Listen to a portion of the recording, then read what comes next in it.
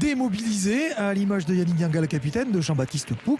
Ils étaient 8 donc qui porteront peut-être le maillot de l'équipe de France lors du prochain tournoi, à avoir été priés de disputer ce match face à l'équipe de Lyon, le promu qui est en difficulté d'entrée de jeu. Regardez, premier ballon joué par Maxime Médard qui transperce la défense de Lyon, ballon récupéré par Yann David, première faute lyonnaise, plaquage haut sur le nouvel appelé pour l'équipe de France.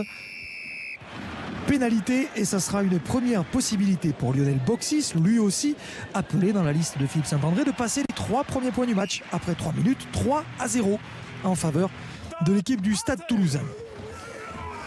Mêlée importante avec ce ballon pour Doussin qui l'écarte pour Boxis, fin de passe de Boxis. On vient faire le leur côté toulousain, mais le ballon est finalement récupéré par Maxime Médard qui va aller aplatir le premier essai du match. On joue depuis seulement 9 minutes. Regardez ce moment avec ici, hop, Boxis, le faux appel de Médard. C'est Yann David qui prend ce ballon récupéré par Médard qui va aller aplatir donc le premier essai de l'équipe du Stade Toulousain. Un essai transformé. Le Stade mène 10-0 après 9 minutes. Difficile donc cette entame de match pour les Lyonnais. Regardez, Maxime Médard encore une fois avec le soutien de Patricio Albacete, l'Argentin qui faisait son retour après 2 mois et demi d'absence avec l'équipe du Stade Toulousain. Le ballon dans le côté fermé. Plaquage à retardement, plaquage sans ballon de Souza, le deuxième ligne qui va prendre un carton jaune. Du coup, les Lyonnais vont se retrouver à 14 contre 15. C'est pas exactement ce dont ils avaient besoin dans une première période où ils sont, il faut le dire, dominés. Yannick Dianga se met à la faute dans cette première mi-temps. Ça sera la seule occasion pour les joueurs lyonnais de passer quelques points. Pénalité réussie par le buteur Thomas, le buteur gallois, qui ramène le score à 10-3. On joue la demi-heure de jeu et encore une domination sans partage des Toulousains dans cette première période. Un essai pour Yannick Dianga après une combinaison derrière la mêlée. Alors, l'essai doit être revu. Y a-t-il en avant ou pas? Et à la reprise vidéo, Sean Sowerby ne commet pas d'en avant pour transmettre ce ballon à Yannick Dianga. Un essai transformé 17-3. Ça va vite, ça va très très vite. La réaction lyonnaise, eh bien la voilà.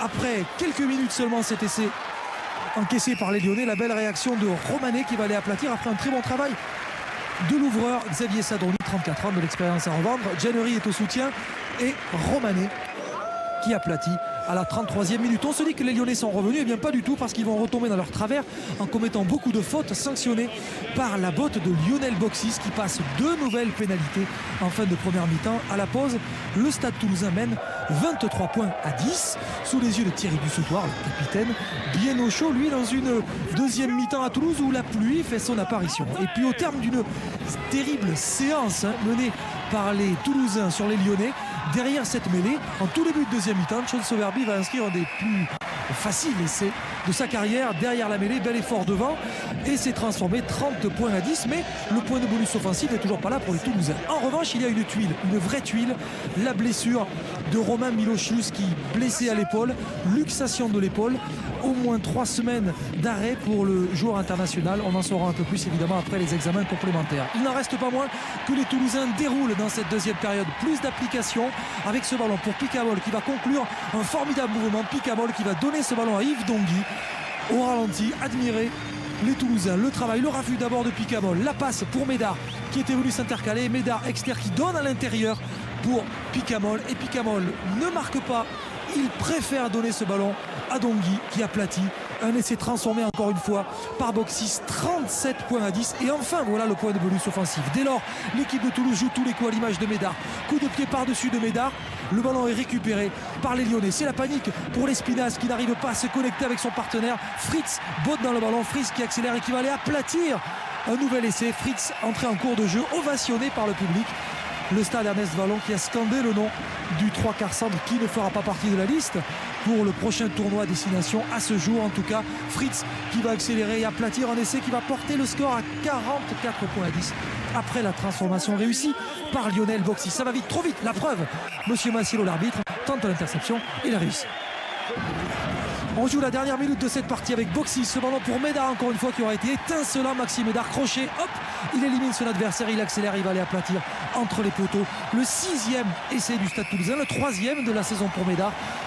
Médard trop facile, un crochet, hop, 2 crochets, ici son vis-à-vis, l'arrière, impossible, t'as le bonjour de Wolverine, je vais marquer, et c'est transformé, 51 points à 10 pour l'équipe du Stade Toulousain. C'est le score final, de la joie bien sûr côté toulousain. 21 points marqués par Lionel Boxis qui encore une fois a signé un très beau match. Des Toulousains qui vont pouvoir se rassurer avant de disputer 2 matchs de Coupe d'Europe très importants. Le Lyon qui a le mieux rugi ce soir n'est pas celui qu'on croit. Victoire donc du Stade avant ces 2 matchs très importants.